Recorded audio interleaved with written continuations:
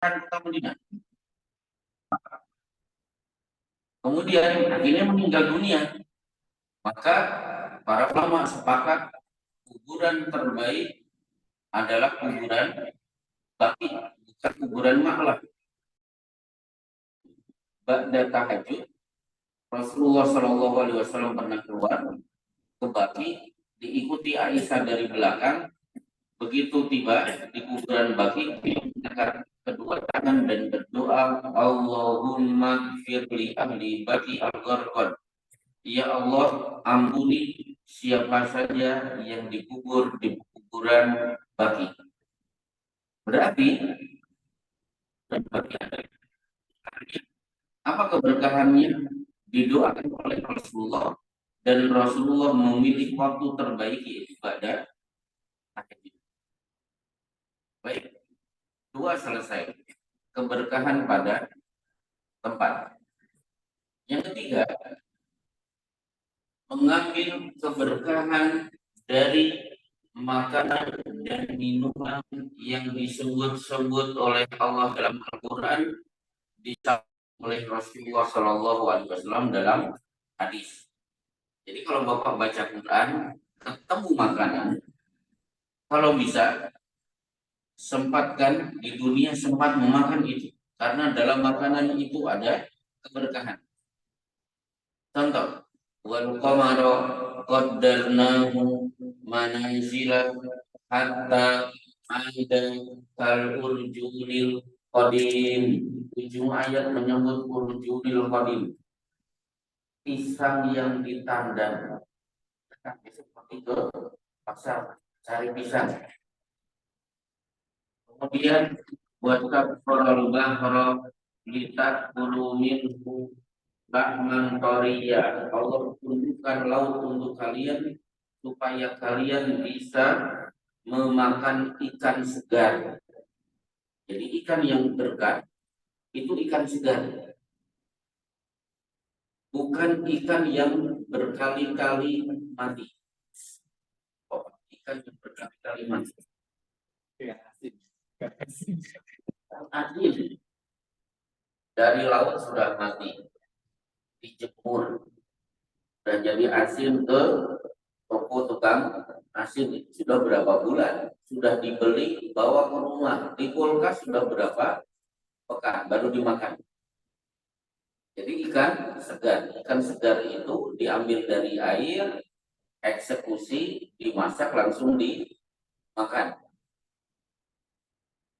Termasuk walah mitoirin mimma yastahun, daging burung yang lezat rasanya, itu makanan penghuni surga. Nah, di depan ada pecel lele, ada daging burung. Nah, jadi daging burung disebut-sebut dalam surat Al-Waqiah. Termasuk ketika kurma dan anggur dirangkai menjadi satu. Min nahilin wa inabin fatufajjiro lahal anharo tafjiro. Ada kurma, ada anggur. Kalau saya bertamu ke rumah bapak-bapak di anggur, saya senang yang disebut buah anggur. Buah anggur itu isinya berkah, karena berkali-kali disebut dalam ayat. Tidak terhitung di kitab hadis berapa kali anggur disebut-sebut, diucapkan oleh Rasulullah Shallallahu Alaihi Wasallam. Baik. Kemudian itu ketiga, makanan dan minuman yang disebut-sebut dalam Al-Quran dan hadis. Keempat, mengambil keberkahan dari zat Rasulullah Shallallahu Alaihi Wasallam. Jadi zat apa yang ada pada diri Rasulullah Shallallahu Alaihi Wasallam, kita ambil keberkahannya. Contoh misalnya, ketika Rasulullah selesai mencukur rambut, tanggal 10 selesai melempar jumrah, kemudian beliau cukur rambut, Beliau bersabda, ya Aba Talhata iksimhu bainan nas. Wahai Abu Talha, tolong bagikan rambutku ini kepada orang-orang. Rambut itu bagian dari zat apa yang ada pada diri Rasulullah Shallallahu Alaihi Wasallam. Akhirnya para sahabat pun banyak yang menerima rambut itu. Nah, kira-kira rambut Rasulullah pendek atau panjang? Panjang. Kenapa? Tidak pendek, tidak panjang.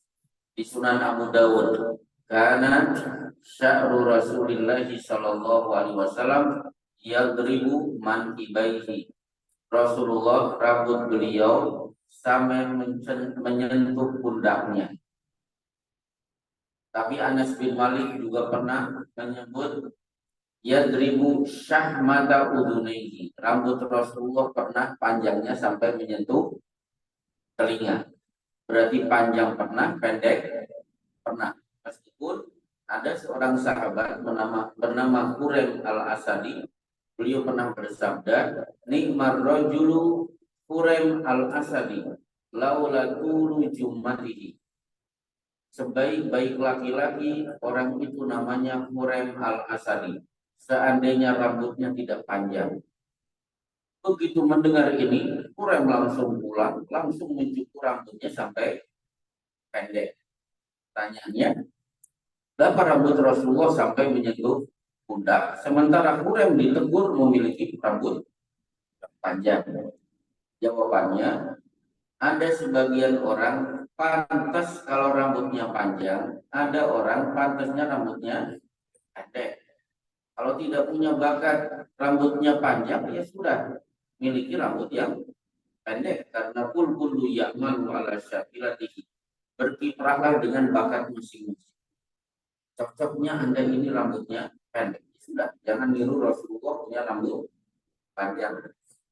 Nah, rambut Rasulullah seandainya Bapak hidup saat itu, dimasukkan ke dalam gelas, isi air, kemudian diminum, itu boleh.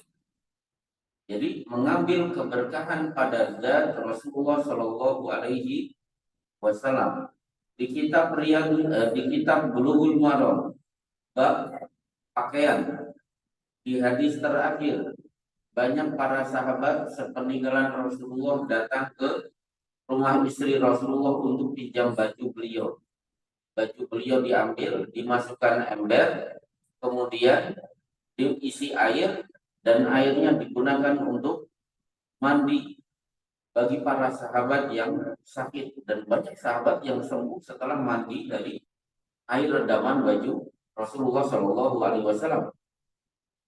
Termasuk menjelang keberangkatan pada perang Khaibar, pasukan sudah berkumpul, beliau bersabda, Aina Ali ibnu Abi Thalib. Ali bin Abi Thalib mana? Para sahabat menjawab, huwa yashtaki ainaihi. Matanya sakit ya Rasulullah, tolong panggil kemari. Begitu Ali datang, dua matanya bengkak, fabasuqa fi ainaihi. Beliau pun mengoleskan air ludah ke mata Ali, fabaro'a ka'allam yakun bihi waja'un. Sembuh mendadak seolah-olah matanya tidak sakit sebelumnya. Termasuk sebagian sahabat minta izin menyeka keringat Rasulullah pakai kapas, kemudian dimasukkan ke botol. Karena yang ada pada diri Rasulullah, termasuk keringat, itu ka'atiyabi rihil mis. Keringat Rasulullah aromanya lebih wangi daripada minyak suri. Maka banyak sahabat yang mengoles-ngoles tubuhnya dengan keringat Rasulullah Shallallahu Alaihi Wasallam. Tapi khusus yang ini bertabaruk kepada zat Rasulullah, Syekh Nasruddin Albani mengatakan hari ini sifatnya nadori, sekedar teori. Tidak mungkin kita hari ini bisa pinjam baju Rasulullah. Hari ini tidak mungkin kita mendapatkan ludah beliau. Tidak mungkin kita datang ke museum Topkapel di Irak, di Turki, minta air rendaman rambut Rasulullah karena rambut Rasulullah dimasukkan ke tempat yang dikunci, kemudian dimasukkan ke lemari sehingga kita hanya bisa melihat dari luar. Nah, kemudian akhirnya banyak yang melihat ketika ulama adalah pewaris para nabi, ini banyak sekarang yang berebutan mengambil keberkahan dari tubuh Pak Kiai. Itu keliru. Kalau dulu masa Rasulullah, iya, tidak terus. Bahkan begini, di samping di kitab Riyadhus Shalihin, ini gelas, mangkok, isinya susu. Beliau minum susu. Mukjizat menyebabkan susu keluar lagi sehingga susu tidak berkurang. Sementara saat itu berkumpul para sahabat ada di samping kanan, ada di samping kiri. Ternyata di samping kiri beliau itu sahabat-sahabat junior, senior, Abu Bakar, Umar, Utsman, Ali dan lain sebagainya. Yang di samping kanan beliau ternyata anak kecil namanya Abdullah bin Abbas. Abdullah bin Abbas itu Rasulullah wafat, usianya belum balik, berarti masih kanak-kanak. Begitu Rasulullah selesai minum susu di mangkok, menurut aturan mengedarkan makanan atau minuman itu ke sebelah kanan dulu. Tapi Rasulullah melihat di sebelah kanan anak kecil, di sebelah kiri sahabat-sahabat senior. Maka Rasulullah Shallallahu Alaihi Wasallam meminta izin kepada Ibnu Abbas, boleh tidak aku edarkan ke sebelah kiri terlebih dahulu. Ibnu Abbas mengatakan, ya Rasulullah, la ufiru binasi bi ala haula. Enggak, saya tidak mau mengalah. Saya harus minum terlebih dahulu baru mereka yang minum setelah. Kenapa? Bukan karena Ibnu Abbas itu anak kecil kemudian nalurinya tidak mau mengalah.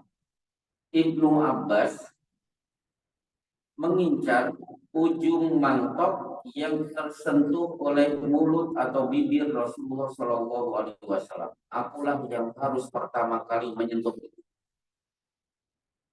mengambil keberkahan. Sekarang begini, kalau ada orang minum di gelas, ternyata Bapak juga harus minum di gelas itu. Bapak pasti melihat, ini yang kena mulut dia sebelah mana. Untuk diapakan? Untuk dihindari.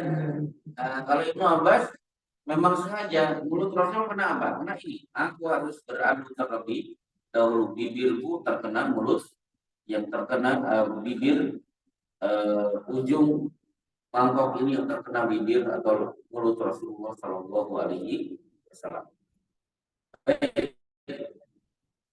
Kemudian selanjutnya keberkahan ada pada orang-orang solih.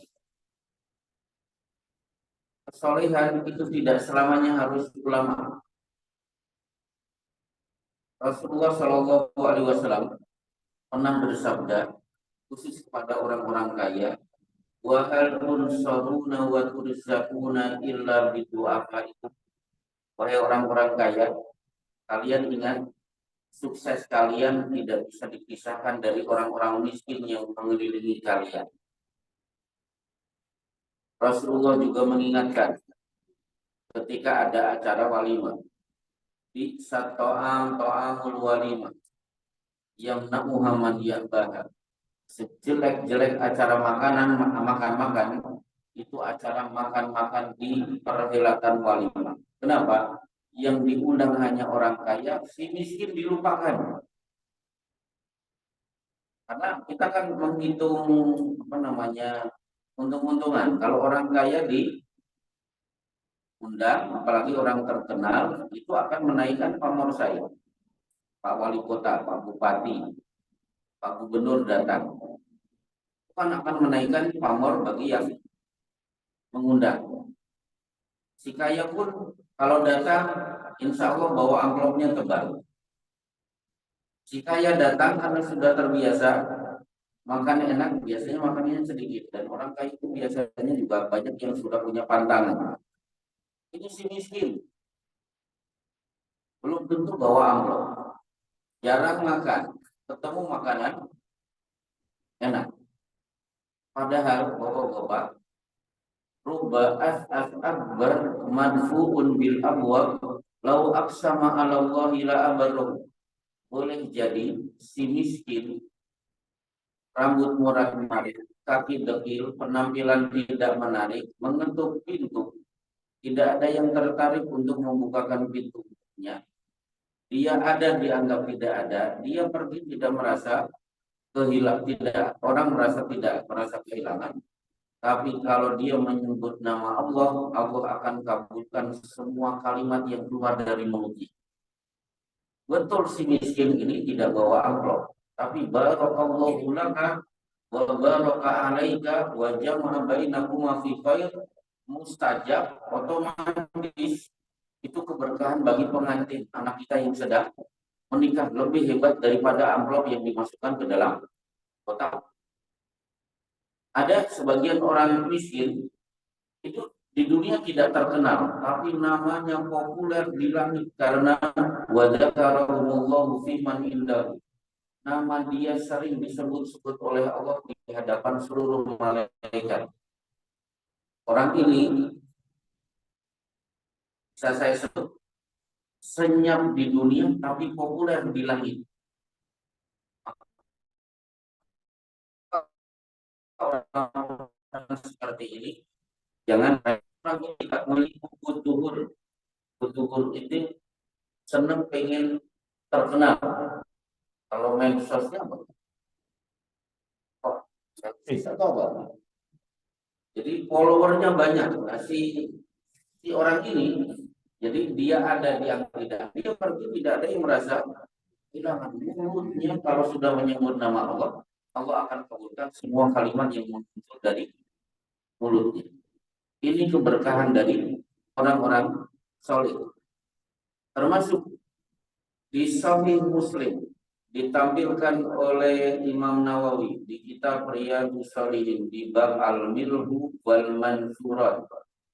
Ada orang soleh, dia punya prinsip, setiap mendapat rezeki, dia pasti bersedekah, cari orang miskin. Betul, dia dapat rezeki, cari orang miskin, diberi duit itu, ternyata keliru, bukan orang miskin tapi pelacur. Tetangga komentarnya miring. Memangnya tidak ada orang miskin, kenapa pelacur diberi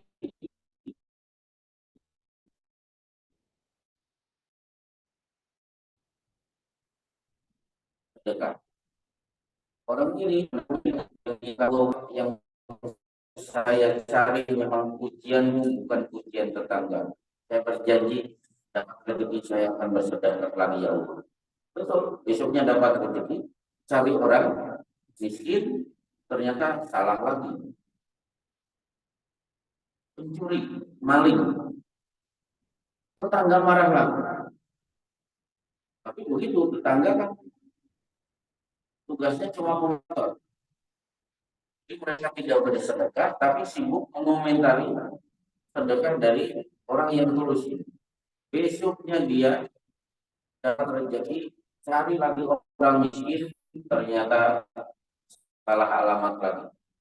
Orang kaya yang pelit. Di ujung riwayat, maka yang dia sedekahkan dengan penuh ketulusan menyebabkan si pelacur dapat hidayah dan dia sudah meninggalkan dunia pelacuran. Si pencuri sekarang sudah rajin bekerja, si kaya yang pelit sekarang rajin bersedekah. Berarti rezeki dari orang soleh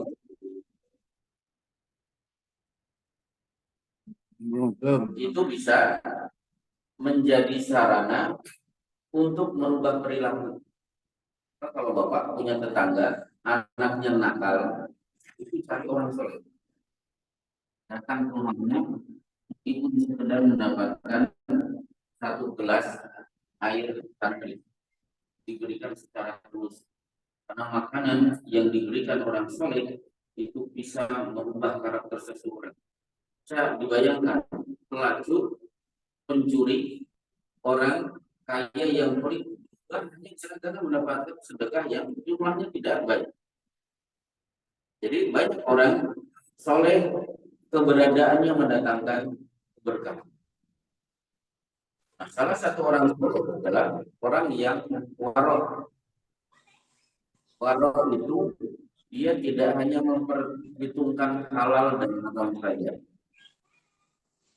tidak hanya halal dan haram, tapi ini menguntungkan akhirat saya atau tidak. Kalau ibadah tidak melihat wajib atau sunnah, pokoknya dua-duanya selama saya bisa saya amalkan. Baik, saya berikan contoh di Sahih Muslim lagi. Ada orang menjual rumah kepada seseorang. Dia menjual rumah pada si B. Harga sepakat, uang sudah diserahkan, si B memiliki rumah ini. Kemudian setelah dia tempati, dia bersih-bersih, dia gali-gali mau menanam pohon. Begitu mudah dia menemukan sebongkah emas sebesar kepala kerbau.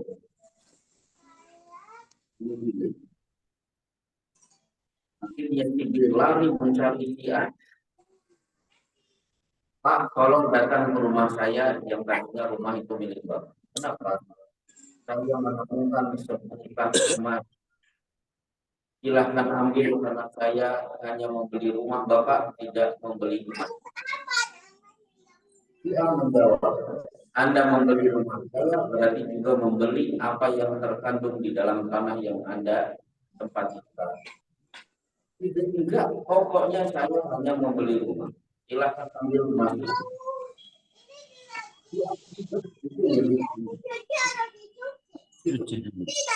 Ya udah kan kamu nanya kalau asking itu ada answer. Dua-duanya bersengketa tidak selesai, tapi dua-duanya akhirnya sepakat menghadap seorang kodi dan kodi akhirnya kebingungan. Belum pernah saya mau memimpin perjalanan hingga akhirnya kodi mendapatkan ilham dari Allah hingga si kodi bertanya, kalian berdua punya anak? Punya. Kamu anaknya ini lagi. Ini anaknya perempuan. Nikahkan anak kalian berdua, emas itu buat si pengantin. Selesailah masalah. Nah, orang-orang seperti ini datangi cari keberkahan dengan cara minta didoakan. Baik. Kemudian juga ada pada zikir-zikir, bacaan-bacaan dalam Al-Quran dan hadis. Itu keberkahannya luar biasa. Betapa Ibrahim cukup mengucapkan hasbunallahu wa ni'mal wakil, menyebabkan Allah berfirman, ya naru kuni bardan wa salaman. Wahai api, tugas kamu harus dingin, bikin Ibrahim selamat. Kepala suku menggigil, demam tinggi, tersengat kalajengking, ada di Sahih Muslim. Dibacakan surat Al-Fatihah oleh para sahabat, tiba-tiba sembuh seolah-olah tidak demam sebelumnya. Saya masih ingat 4 kali kencing batu. Yang pertama, kedua, ketiga ditangani dokter. Yang keempat, bismillah, mental saya sedang bagus. Saya ambil air, saya bacakan Al-Fatihah beberapa kali, kemudian bismillah, bismillah, bismillah, a'udzu bi'izzatillahi wa qudratihi min syarri ma ajidu wa uhadir 7 kali. Saya minum, lama-kelamaan saya ngantuk. tidur, begitu bangun batu keluar tanpa merasa sakit. Banyak bacaan-bacaan yang kalau kita amalkan akan mendatangkan keberkahan. Baik, itulah beberapa contoh tabarruk ngalap berkah yang dibenarkan oleh syariat. Barangkali ada pertanyaan dari Bapak-bapak putar kajian atau materi yang lain. Langsung off air karena kalau online pertanyaan yang masuk di radio daftar biasanya banyak yang tidak tertampung. Saya selesai menjawab pertanyaan, waktu sudah habis, pertanyaan masih banyak tersisa. Mumpung off air, saya persilakan bagi bapak-bapak yang mau bertanya. Ada yang mau bertanya? Terlambat. Oh ya, nggak apa-apa. Terlambat maksudnya apa? Bentar resumenya. Kenapa? Resumenya kesimpulannya dari satu sampai terakhir. Waduh. Berkahnya apa anjir? Oh. Terima kasih. Tat, boleh nanya, Tat? Ya. Kalau keberkahan orang tua gimana, Tat? Oh, keberkahan orang tua. Sama keberkahan katanya kalau megang anak yatim apa itu ada Ya. keberkahan. Lulus anak yatim, orang tua iya. Ada seorang sahabat syaka qaswata qalbihi, mengeluh kepada Rasulullah, hati saya sedang gersang. Apa saja tidak nyaman, saya makan tidak nyaman, melihat istri kok kelihatannya tidak cinta.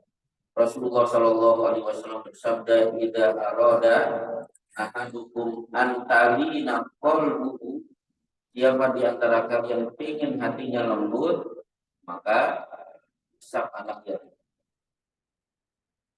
Kalau usap anak yatim, artinya muncul rasa sayang. Ujung-ujungnya akan menjadi sarana untuk menolong si yatim. Akhirnya apa? Ana wa kafirul yatimi kahataini fil jannah. Aku dan orang yang ikut memelihara anak yatim di surga dekatnya seperti ini. Jari telunjuk dengan jari tengah. Akhirnya si yatim disantuni, ibunya pasti nanti disantuni juga. Menyantuni janda, Rasulullah Shallallahu Alaihi Wasallam bersabda, "As-sa'i 'alal armalah al-qa'im alladzi la yaqut was-sha'im alladzi la yaftur." Menyantuni janda pahalanya seolah-olah dia tahajud non-stop dan saum sunnah tanpa henti sampai dia meninggal dunia. Kira-kira enakan mana, Pak? Anaknya atau ibunya? Ibunya. Ya buat-buat. Anaknya disantuni biar menjadi tetangga Rasulullah, ibunya biar kita dapat pahala tahajud, saum sunnah non-stop sepanjang itu.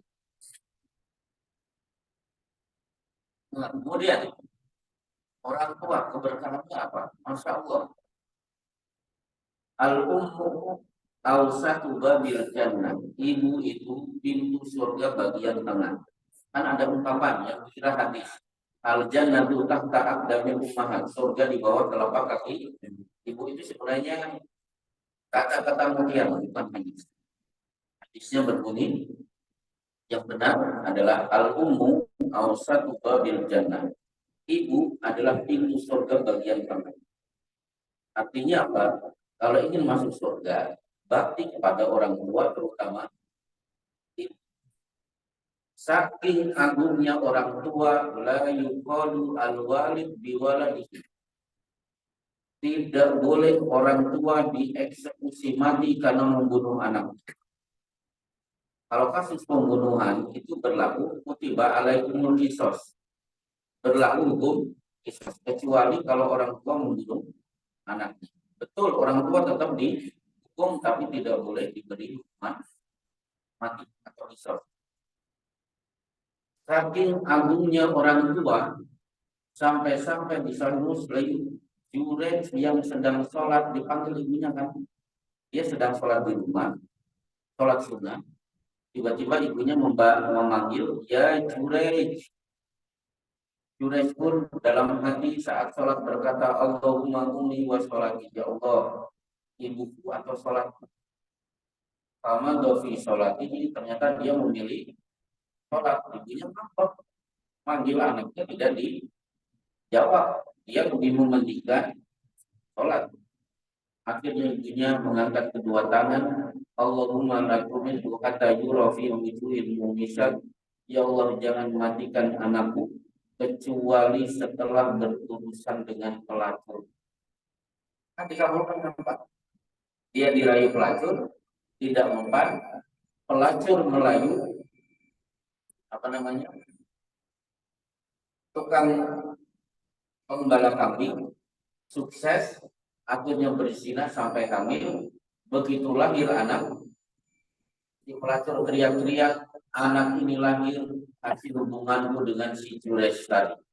Masyarakat marah, rumahnya diratakan dengan tanah, Jurayj dipukuli sampai babak belur.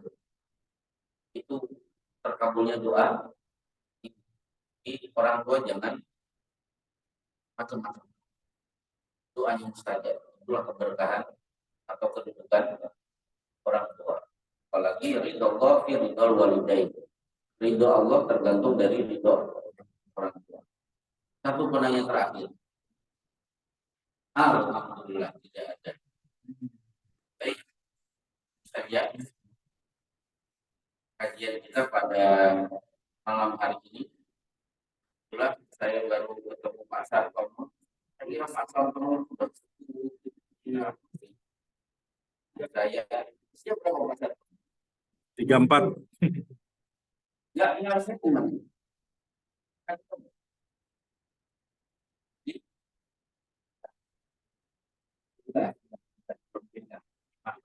Oh, di Pak Erwin berarti ya? Nah, kan ada Pak Erwin, Pak Dahlan, itu ada juga dia.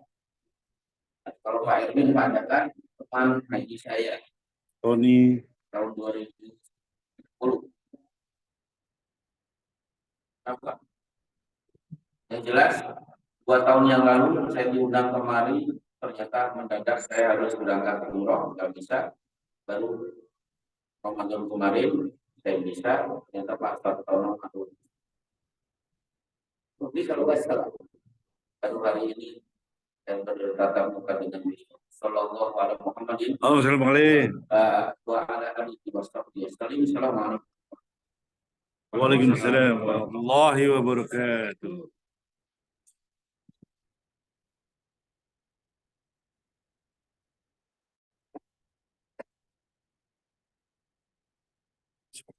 Mulai tadi pengajian kita di malam Maulid 12 Rabiul Awal. Terima kasih, sampai berjumpa lagi pada saat dan kesempatan yang sama. Wassalamualaikum warahmatullahi wabarakatuh.